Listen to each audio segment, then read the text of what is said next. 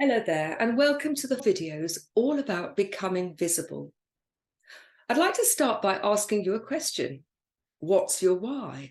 Why are you in business, and what is it you want to achieve? The chances are, if you've been attracted to this video, that you have a business that has a purpose, that you want to help other people. And one of the things that strikes me when I work with clients is how often they hide behind, well, I don't know quite what to do, or I haven't got the right technology, or I don't know enough, or it's not going to be perfect. When in reality, that's just an excuse. It's one of the things that we tell ourselves, or several of the things that we tell ourselves, that keep us playing small. When you play small, I want you to think about the impact of that. Not only does it impact on you and keeps you in a very, very constricted cage, but just think of the people that you are meant to help. And once you've helped them, how many people they could help.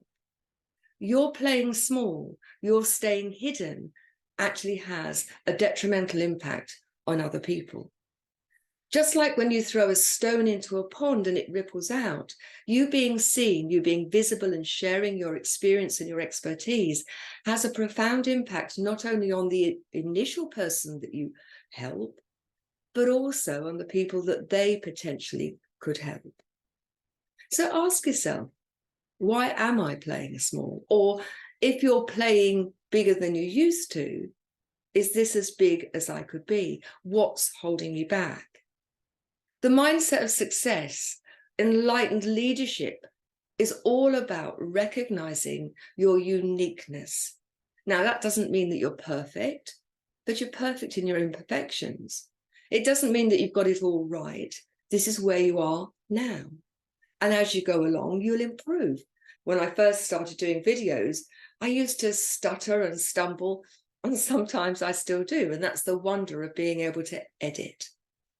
Ultimately, it's time to get out there. Think about, why are you holding back? Is it that you are fearful of failure? Because if you are, you're going to make a very different set of decisions than if you are focused on success.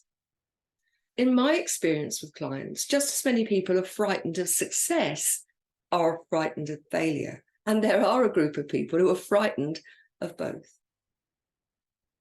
Knowing your why is so important, because when you know your why, it takes you beyond that hump of, I can't, I'm frightened, I want to stay within my comfort zone. Or those of you that know Lizzie Bernthal will know that she talks about familiarity zone, because once you step out of what you do normally, it becomes your new norm. You have to be the leader of your own life if you are going to lead others. I talk much about taking radical responsibility for your thoughts, emotions, your behavior, and your language. So take responsibility for, am I doing as much as is possible for me to get my message out there, for me to be seen and heard, for me to be visible? And if not, why?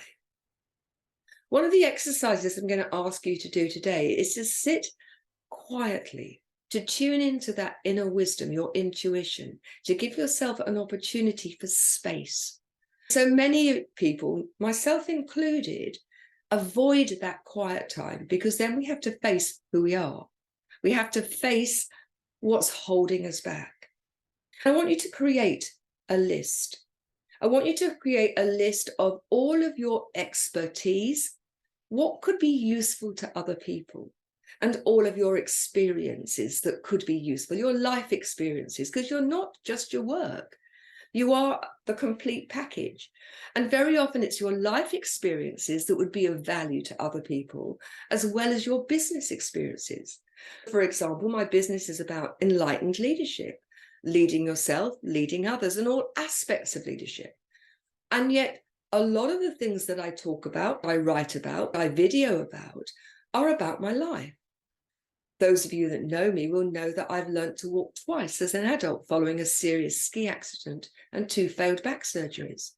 So I created a series called Living with Long-Term Illness and Disability, sharing the things that I'd learned, the things that I wish I'd known all of those years ago when I became disabled, when I developed chronic fatigue, and I was fighting to keep working, firstly as a head teacher and then within my own business. Now, that series, in some ways, has got nothing to do with leadership, although it's got everything to do with leadership, because it's talking about leading your own life, making the best of what you have, focusing on what you can do rather than what you can't. And that's part of the issue. If you want to get out there, if you want to make a difference, you have to initially focus on what you can do and work from there. I'm not technical. Let me tell you this right from the start.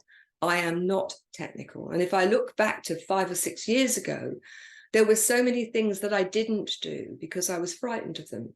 Zoom is one of them. The pandemic helped us all recognize the power of Zoom. And so we're now used to looking into a camera.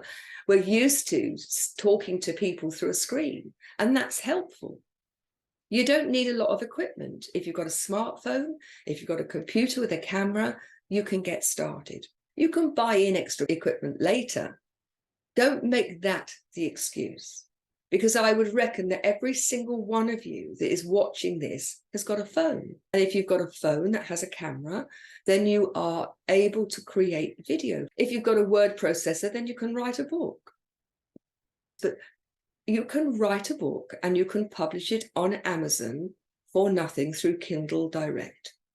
And you can have it published within 24, 48 hours.